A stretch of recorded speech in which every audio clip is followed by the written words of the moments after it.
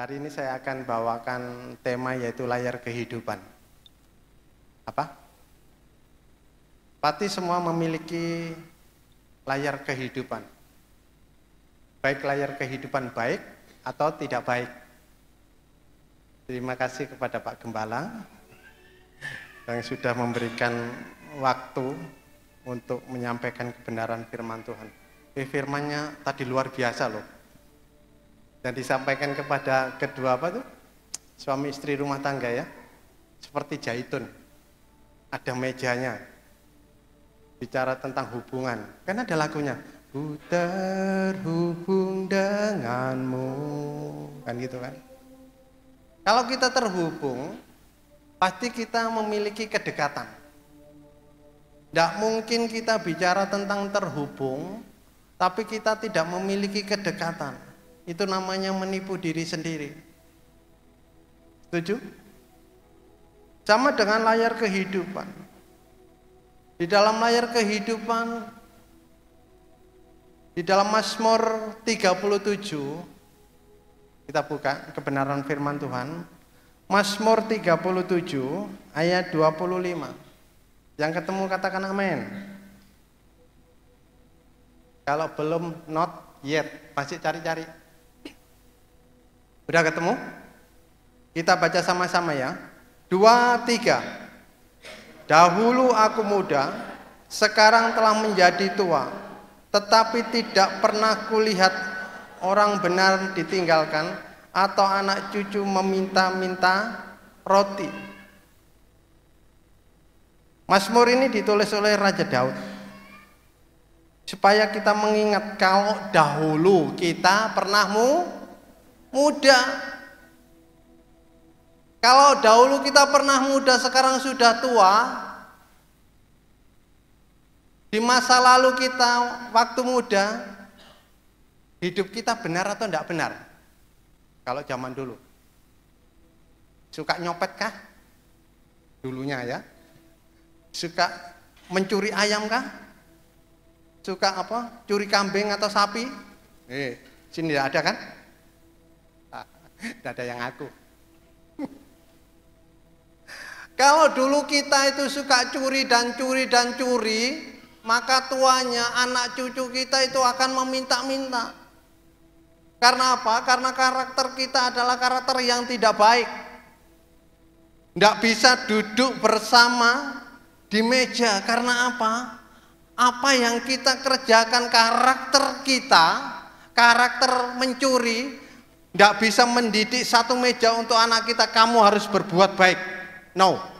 Karena apa? Karakter kita suka mencuri. Setuju? Kalau karakter kita baik, tidak suka mencuri, kita pasti bisa duduk bersama-sama anak istri, mengajarkan sesuatu yang baik.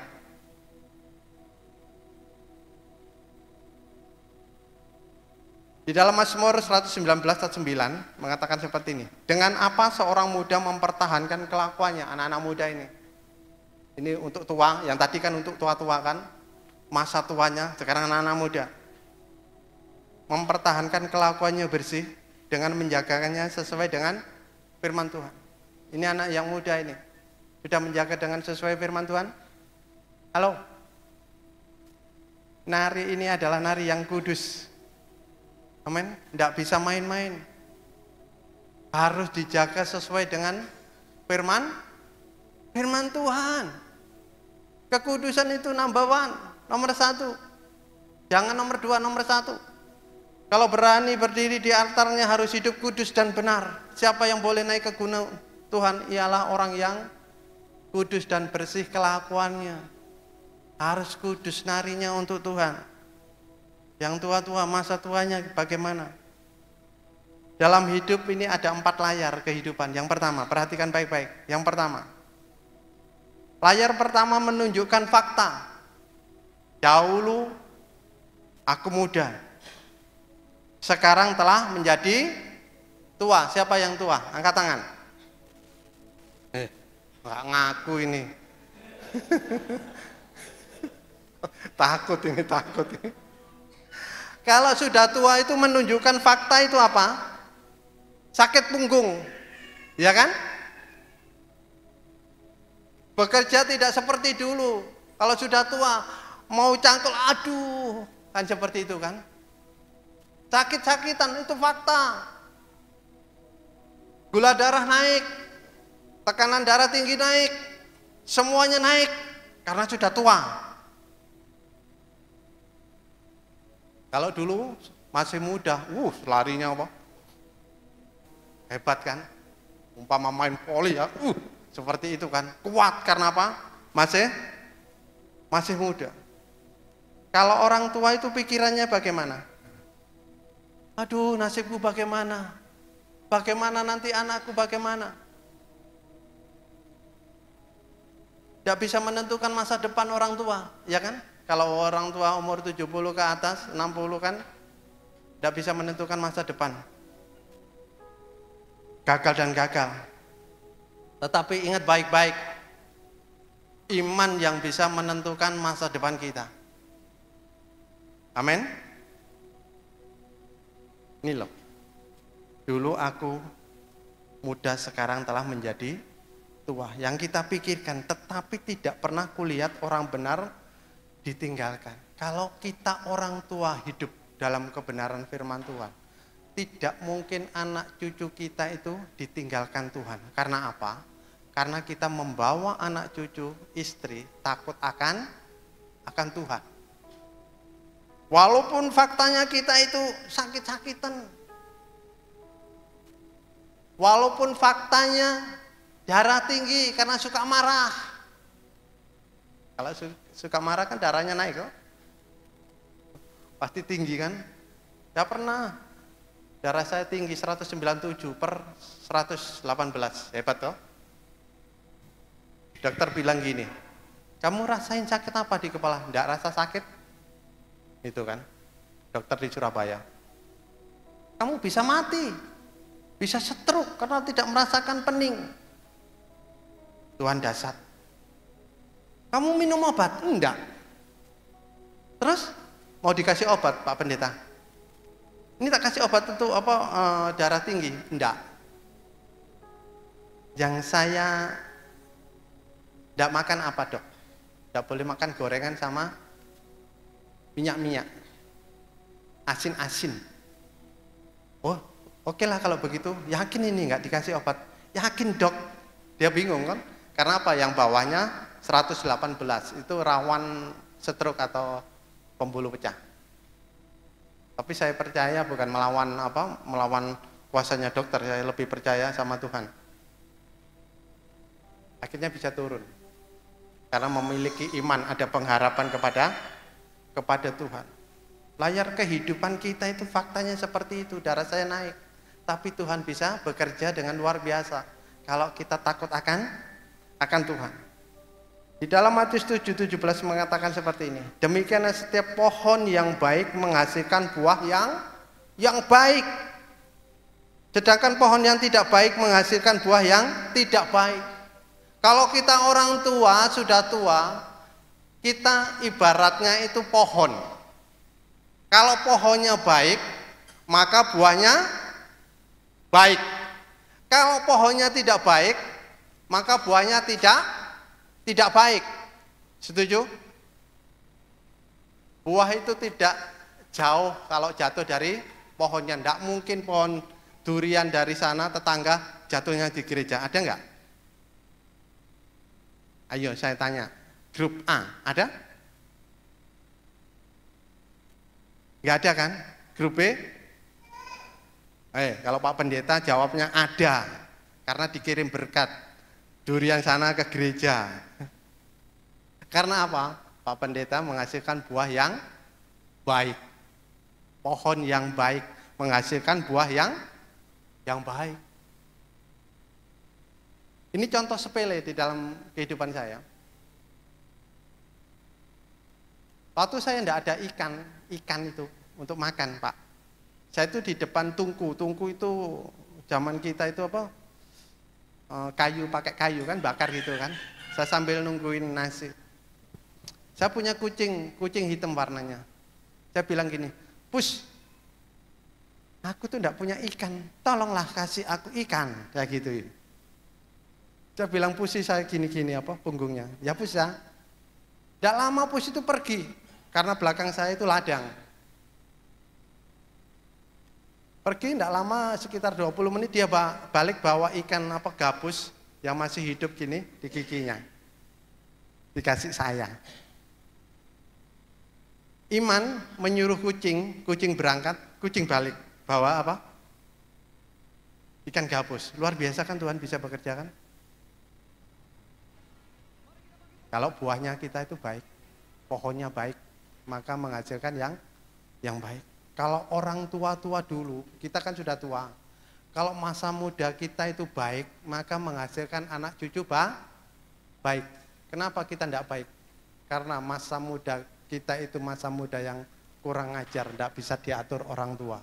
Sehingga tuanya tidak menghasilkan anak-anak yang baik, anak-anak yang berontak. Di dalam Amsal 23:18, karena masa depan sungguh ada dan harapanmu tidak akan hilang. Itu fakta kita. Fakta kita walaupun tua, hidup benar, masa depan itu masih ada. Harapan itu tidak akan hilang. Saudara masih ingat kan Yeremia 29:11? Sebab aku ini mengetahui rancangan apa yang ada padaku mengenai kamu, demikianlah firman Tuhan, yaitu rancangan damai sejahtera dan bukan rancangan kecelakaan untuk memberikan kepadamu hari depan yang penuh harapan. Mulai hari ini kita berubah. Layar kehidupan saya itu bagaimana selama ini, mengiring Tuhan bagaimana selama 1 tahun, benar atau enggak benar? Atau cuma datang ke gereja pulang, ketemu Pak Gembala, Salam Pak Gembala, dicatat sama Pak Gembala, hari Minggu ini datang. Tetapi keintiman dengan Tuhan bagaimana? Perubahan hidup bagaimana? Seperti tamborin contohnya, menari untuk Tuhan, apakah kamu sudah menghadirkan Tuhan dalam hidupmu? Halo, yang main musik setiap petikan menghadirkan Tuhan, hadirat Tuhan enggak? Yang worship, yang leader menghadirkan Tuhan enggak? Kalau enggak, ayo berubah. Kita harus ketemu Tuhan. Amin. Saat kita ketemu Tuhan, itu pasti akan berubah. Amin. Sakeus ketemu Tuhan, berubah, mengembalikan 10 kali lipat. Kalau kita ketemu Tuhan bagaimana? Berubah atau tidak berubah? Atau sama-sama? Paulus ketemu Tuhan, di proses 3 hari dia buta. Hidupnya berubah.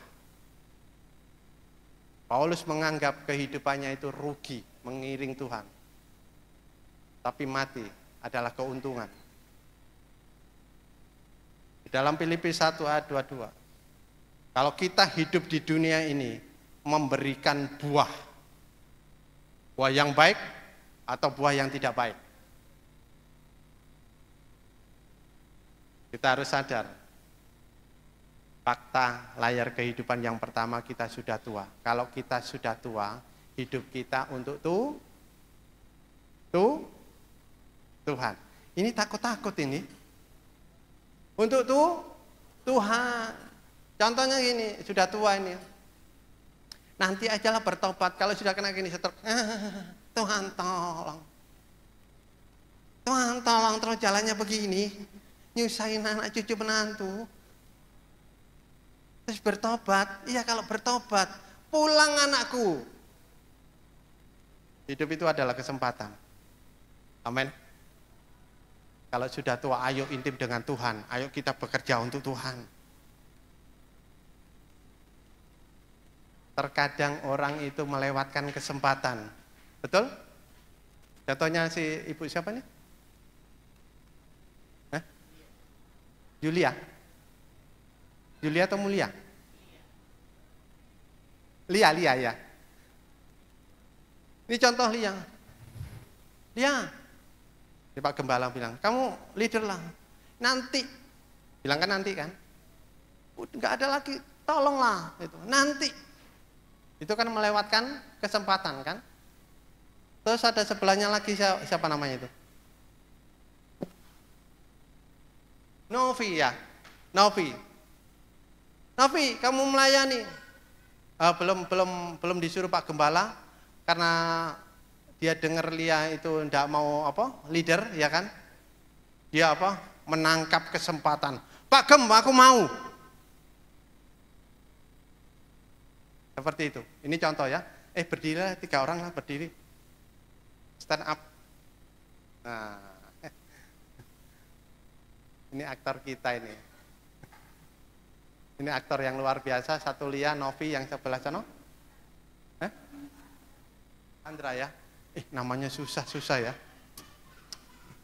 Ini ada contoh 3 orang. Fakta-fakta sudah tua, contoh ya fakta ya. Yang satu melewatkan kesempatan, disuruh nanti.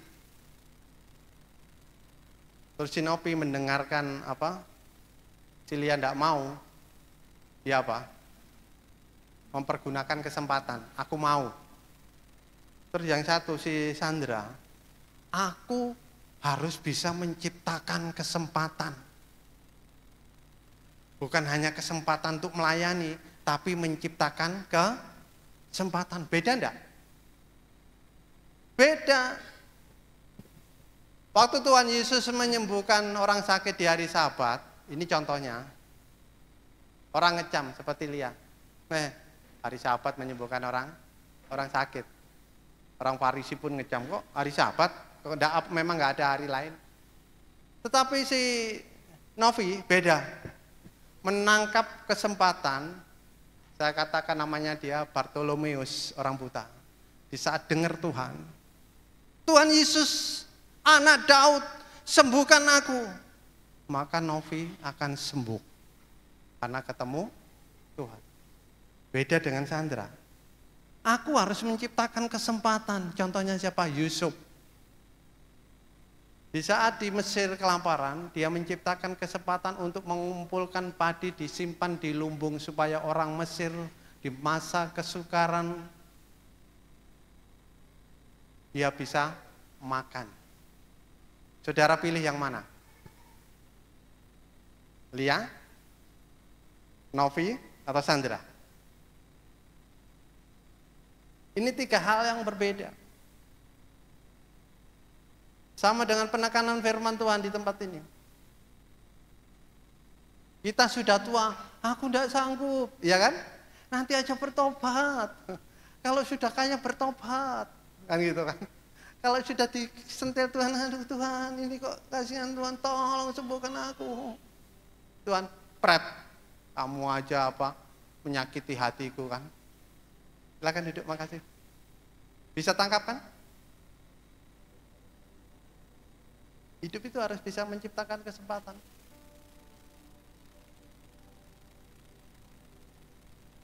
Jangan hidup itu disia-siakan.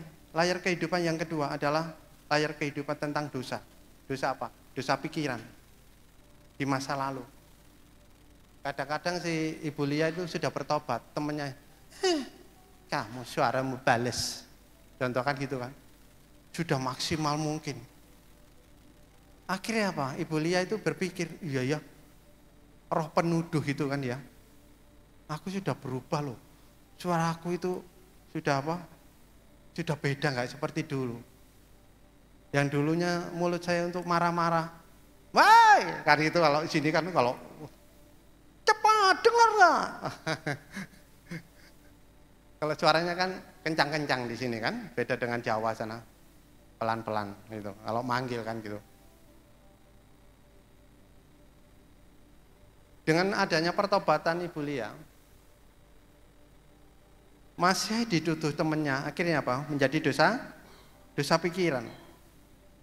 Di dalam Markus 7 ayat 21 mengatakan seperti ini. Sebab dari dalam ya, bukan luar ya, dari dalam Dari hati orang timbul segala pikiran jahat, percabulan, pencurian, pembunuhan. Dari dalam bukan dari luar. Dosa pikiran itu bukan dari luar yang kita lihat, tapi dari dalam hati. Segala pikiran jahat. Itu layar kehidupan kita. Masihkah kita masih punya pikiran jahat? Halo? Percabulan, pencurian, kalau masih kita bertobatlah hari ini. Sebelum kita disentil Tuhan. Sebelum kita diproses Tuhan, ayo kita berubah. Dalam hati timbul percabulan, pencurian, perjinan, pembunuhan, dan sebagainya. Harus kita tinggalkan karakter kita yang lama. Amin. Ini tamborin tuh bisa nggak bertengkar berdua? Bisa kan? Bisa nggak? Kenapa tengok-tengok? Bisa nggak? Nggak bisa. Contohnya yang satu berang gini, kan gini ya. Nah, satu kan gini, set, kan gitu kan. Yang satu nggak sono. Dia cari gerak sini, tapi yang satu gerak sono. Gara-gara gerakan salah bisa bertengkar. Karena timbul dari apa? Hati. Saya dulu ngelatih tamborin juga dulu, Pak. Udah tua-tua, bukan tua-tua. Kita Sunday school juga kan, ngajar Sunday school kan, ngajari tamborin, ngajari apa kan gitu kan, dituntut seperti itu kan, bisa semuanya kan, gitu, seperti itu kan. Makanya saya tahu kalau geraknya salah itu tahu kan gitu kan. Untuk anak-anak ini mau salah, tahu kan gitu. Gerakan kaki, gerakan apa kan seperti itu. Di dalam hati itu harus bersih, ya kan? Tidak boleh neko-neko, tidak boleh macam-macam. Harus kita singkirkan. Jangan seperti orang di sini saya dengar gini, apa? Lebar telinga, mata besar, mata besar, lebar telinga, nyembah batu. Kita harus buka lebar-lebar telinga kita untuk mendengarkan kebenaran firman Tuhan. Mata kita harus besar untuk baca firman Tuhan, mengerti jalannya Tuhan. Kalau dosa dalam pikiran itu harus kita buang. Karena ada firmannya kan tadi, di dalam Matius 5, 21, 22. Kamu telah mendengar yang difirmankan kepada nenek moyang kita, jangan membunuh. Kita tetap membunuh. Membunuh kalau zaman sekarang tidak membunuh gini kan, membunuh pikiran teman-teman kita, intimidasi. Siapa yang membunuh harus dihukum kalau zaman dulu. Tapi aku berkata kepadamu, setiap orang yang marah terhadap saudaranya harus dihukum. Siapa yang berkata kepada saudaranya kafir harus dihadapkan ke mahkamah agama. Dan siapa yang berkata jahil harus diserahkan ke dalam neraka yang menyala-nyala.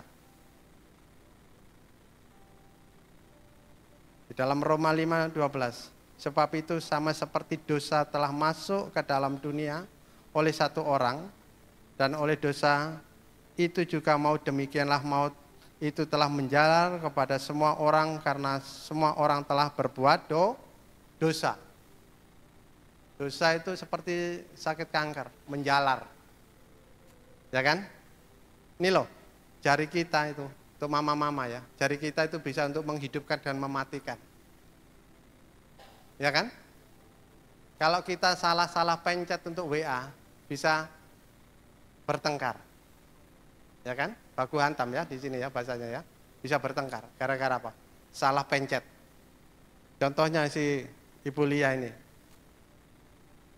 Gonceng apa? Ngantar cowok masih muda.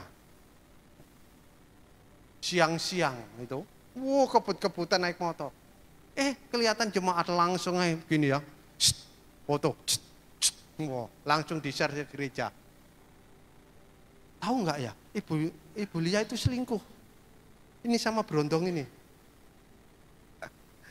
Padahal Ibu Lia itu nganter anak laki-laki disuruh orang tuanya karena sakit dibawa ke rumah sakit.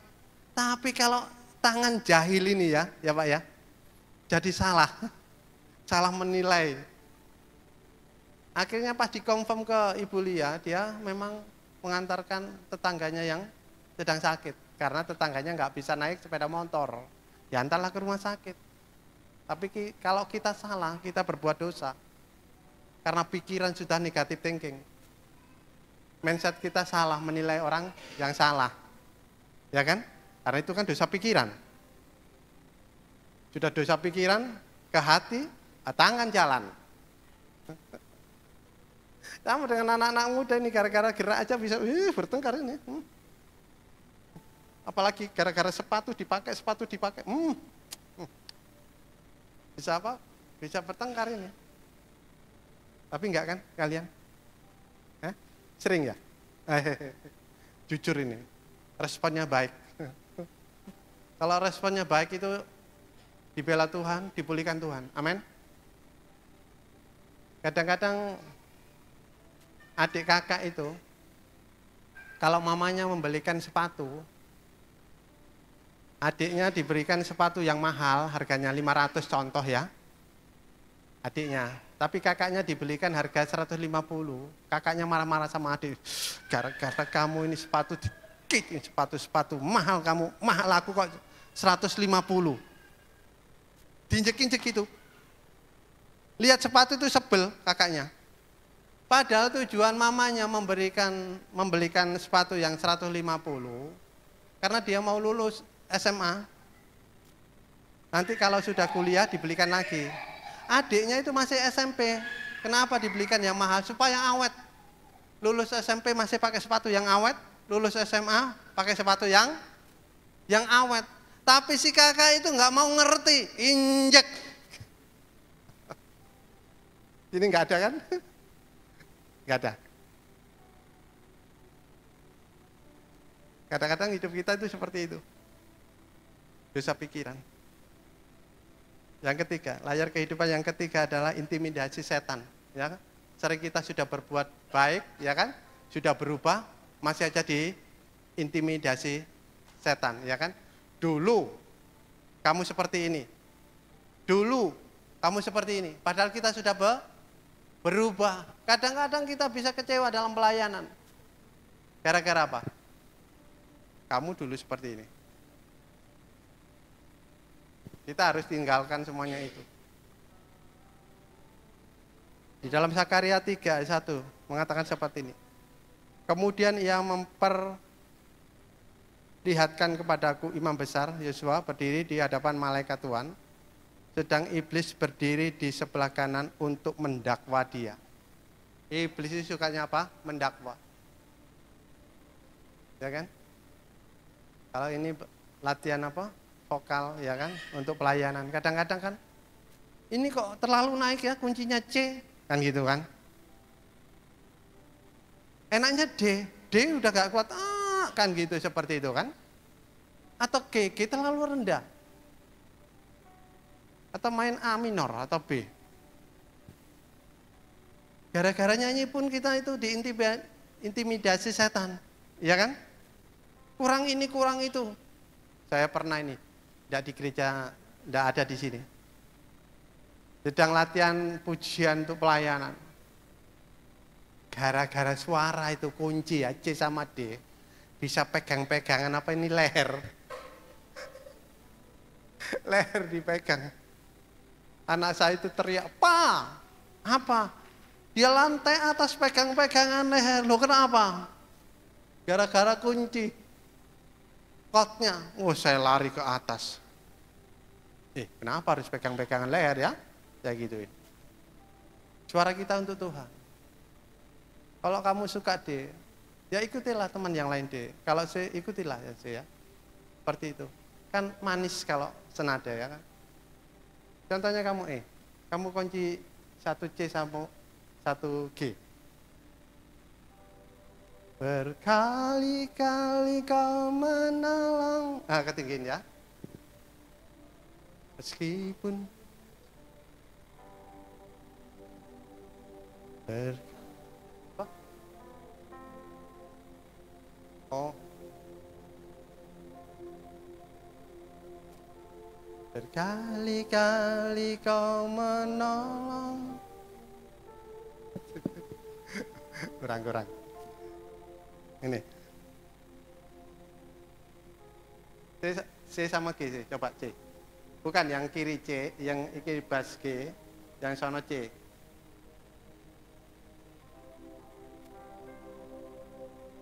Ini G kan? Yang sono C. Bareng, ini C sama G bareng. Kali-kali kau menolong. Kan nggak enak kan suaranya kan? Kalau apa 1G 1C. Ini seumpama, ini contoh. Hidup dengan Tuhan itu harus serasi. Amin. Tidak usah mau diintimidasi dengan apa kuasa gelap. Kita melayani Tuhan itu harus sungguh-sungguh. Amin.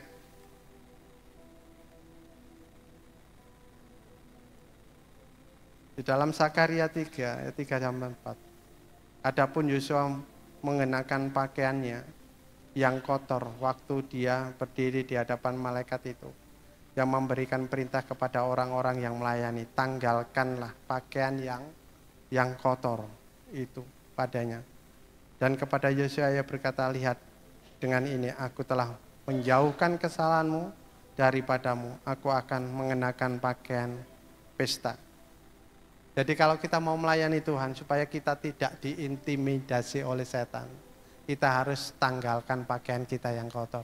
Karakter kita yang kotor harus kita tinggalkan. Supaya kita mendapat perkenanan Tuhan. Amin. Harus kita tinggalkan. Jangan ego yang kita pakai. Sering kita jatuh di layar kehidupan intimidasi. Sudah tahu kita intim dengan Tuhan, gara-gara sepele kita pun bisa jatuh dalam intimidasi setan.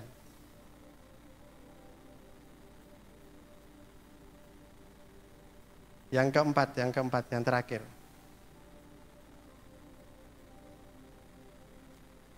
Layar kehidupan yang keempat adalah layar kehidupan harapan. Bahwa kita itu memiliki harapan. Ya kan?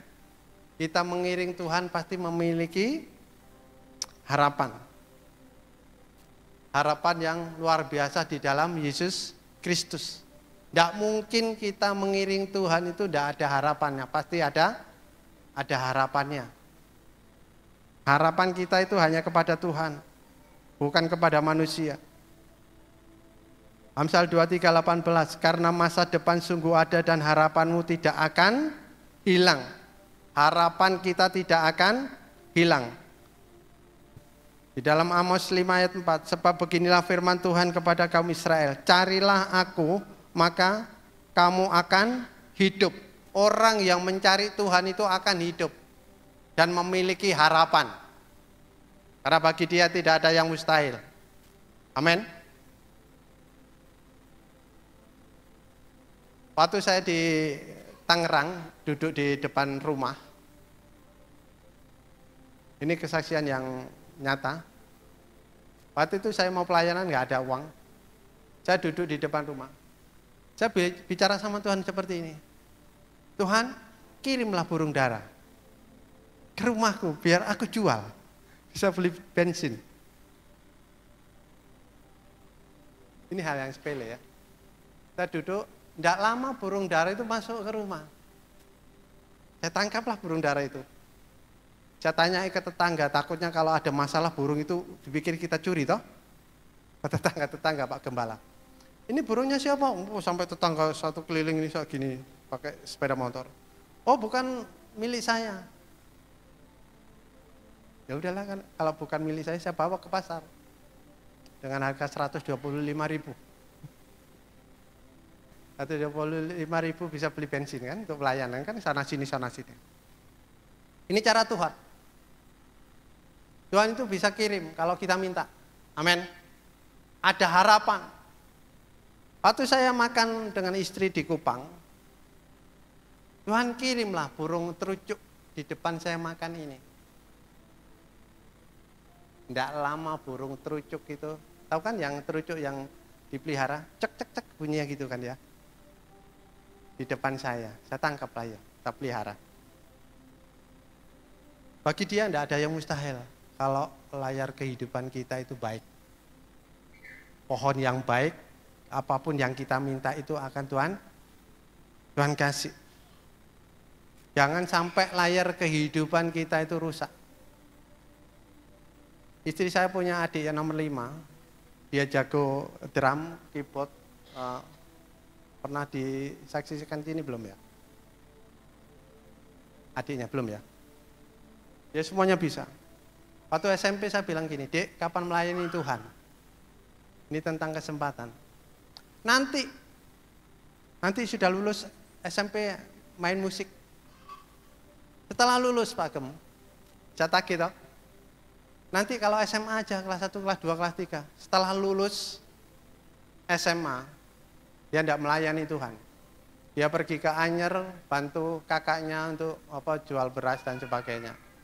2 tahun pulang ke rumah karena di rumah itu panen cengkeh, durian, rambutan dan sebagainya, dia pulang. Kapan Dik melayani Tuhan? Nanti Kak. Dengar baik-baik anak muda ya. Setelah pulang dia turun kereta, dia muntah darah. Ditanya papanya, kenapa? AC. Alasannya AC kan. Terus laju beli ke kedai beli minum, belum minum kopi, muntah darah. Sampai dibawa ke rumah, sampai di rumah ketemu mama, baru mamanya mau gini muntah, bawa ke rumah sakit ke ICU. Akhirnya tangan papahnya, mamanya dijadikan satu, suruh doakan, aku mau melayani Tuhan.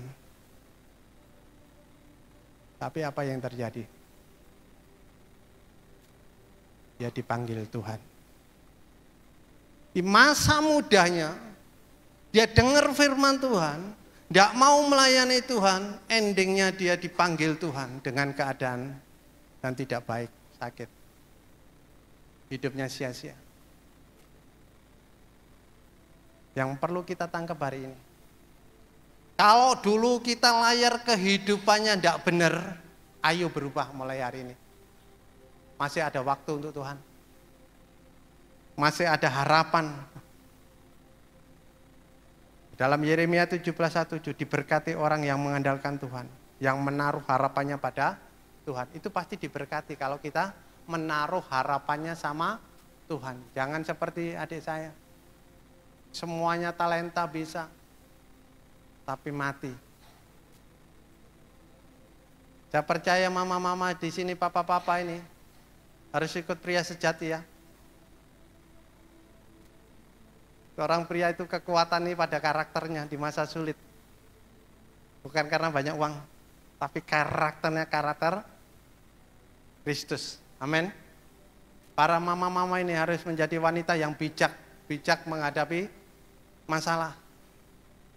Karena seorang wanita itu menopang suami, supaya suaminya tetap jalannya lurus. Musik boleh, musik ke depan. Supaya jalannya lurus. Ini suatu contoh ini. Ada pasukan kepiting. Tahu kan kepiting? Tahu kan pasukan kepiting? Tahu ya, kepiting. Kepiting sama teman-temannya itu baris. Ayo kita baris, siap. Kita maju ke depan ya. Oke, 1, 2, 3, siap. Waktu maju dia miring, tetap miring. Karena kepiting jalannya miring, nggak ada kepiting jalannya lurus. Teman sama teman bertengkar. Kamu gimana sih? Berjalan kok miring? Kamu juga miring. Ini kok miring? Saling koreksi lah. Karena kepiting jalannya miring ya. Nggak ada kepiting jalannya lurus. Miring. Sama dengan kehidupan kita. Kita tahu ini, Holy Bible ini, yang bisa menyelamatkan dalam kehidupan kita. Tahu kebenaran ada di dalam diri kita, ya kan? Tapi kita tetap miring. Jalannya masih miring. Mulai hari ini kalau yang suka miring-miring, ya suka tidak mau berubah, bertobat hari ini. Siapa mau diberkati Tuhan?